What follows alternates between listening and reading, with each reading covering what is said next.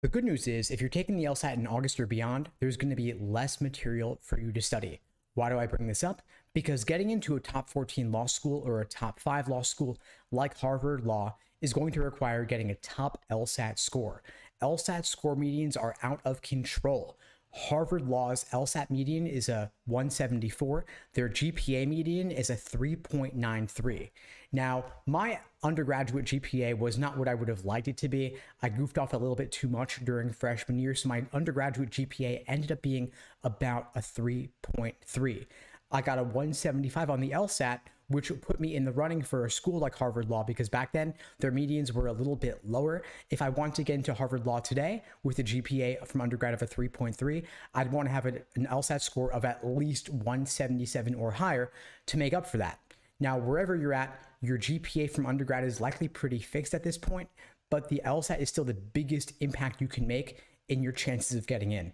I was talking with a student the other day who had an undergrad GPA of below a 3.0, and he was asking me, should I retake classes from college to boost my undergraduate GPA? Because, little known secret, if you retake a class from college, then the new grade can replace the old grade, giving you a slight boost in your undergraduate GPA. The thing is, if you went to college for, let's say, 8 semesters on average, you retake one of those classes, that's maybe 1/40th of your undergraduate GPA, a 2.5% impact in increasing your GPA from undergrad, not going to be that impactful. In contrast, if you get a higher LSAT score, if you boost your LSAT from a 160 to a 165, a 165 to a 170, or a 170 to a 175 plus, that's going to have a much larger impact on your chances of admission, and the LSAT's just 2.5 hours in a single day. All that work put into your LSAT score is going to make a lot more of an impact when it all comes down to that single day of taking the LSAT versus all of undergrad. Crazy, but that's how it works. This same student who asked me about retaking undergraduate college classes was also asking me about getting a job as a paralegal to boost his odds of admission. I'm thinking to myself, is this guy just looking to do everything he can to avoid studying for the LSAT, retaking college classes, getting a job as a paralegal? Think about it. Paralegals applying to law school are a dime a dozen, probably one of the most common jobs to have before going to law school. Not saying it's bad. If you are a paralegal out there, just comment below so I know how many of you are out there. I talk to paralegals applying to law school all the time, and you can still, of course, be a compelling applicant. You can still even write a law school application essay about your time as a paralegal, and law schools do love to see that real-world exposure to the practice of law. Not saying they don't, but I would not recommend getting a job as a paralegal just for the reason of boosting your odds of getting into law school, because that time would be better spent studying for the LSAT. And I know a lot of paralegals out there are working overtime, late nights for cases, working till 1, 2 a.m. sometimes for a case, doing overtime. And that can make it tougher to study for the LSAT. So all else being equal, better to have more time to devote to your LSAT prep than less.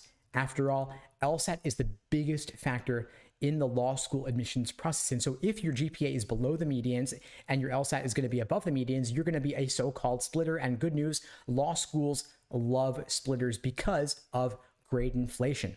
A lot of undergraduate GPAs are significantly inflated because some classes offer easy A's, some majors offer easy A's. Of course, it's easier to get an A in English than it is to get an A in engineering. Law schools are aware of this, but numbers are numbers, because law schools have to report the highest LSAT scores and the undergraduate GPAs of their matriculating students to the American Bar Association, which then in turn is pulled by US News for calculation in the rankings.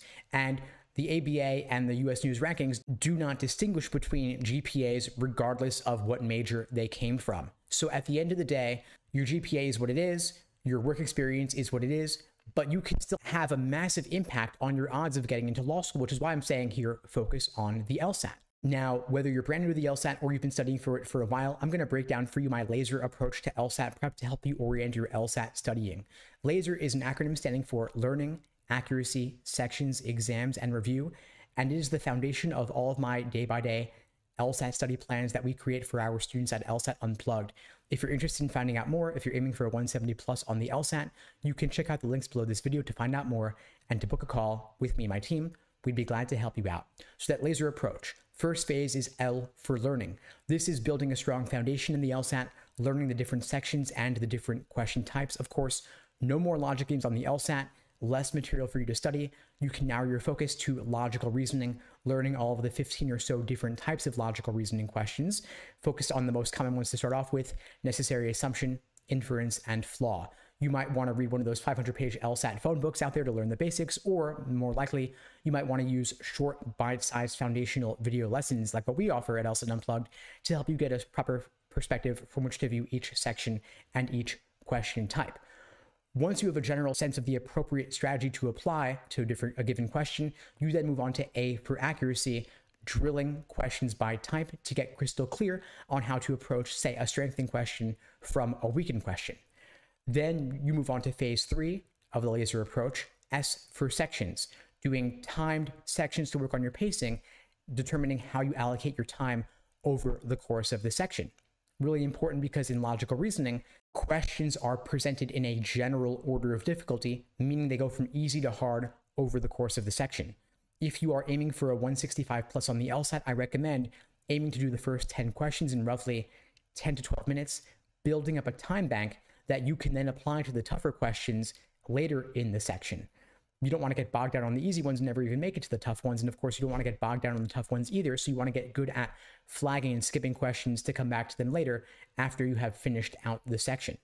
Next phase is E for exams and endurance, doing full-length timed practice tests so that test day itself will feel like just another run-through and you can build your stamina so that you're not getting slower or less accurate at section 4 of the exam, the final section, just because it was the final section. The final phase is R for review, so that you are better understanding what mistakes you're making and why, so that you can avoid making those same mistakes again. Now, I've developed a framework for review called the Socratic review method, where we guide you through each element of the question to figure out where you went wrong, which tricks and traps you personally are uniquely prone to falling for, so that you can avoid making the same mistakes again. In logical reasoning, for example, your mistake may have come from the stimulus, the question stem, or the answer choices, and so you want to systematically walk through every element of the question, those 3 areas: argument, aka the stimulus, the question stem, the prompt, meaning the prompt, and the answer choices, to figure out what led you astray, what did you do wrong, is there a certain concept that you're not totally clear on, so that you can course correct for next time around, because of course the exam repeats itself. It is a test first and foremost of pattern recognition. And so the more patterns you are aware of, the better you can spot them, the more intricately you understand them, the better situated you are to avoid making the same mistakes again, and the better able you will be to solve the question more quickly next time you encounter a similar one with a similar, say, method of reasoning, for example. So again, the laser approach: learning, accuracy, sections, exams, and review. You can apply this strategy for your study plan, whether you're taking the LSAT in 2 months, 3 months, 4 months, 6 months, or even a year from now, to help you work through all of the dozens of released LSAT prep tests out there. In the meantime, I wish you all the best and take care.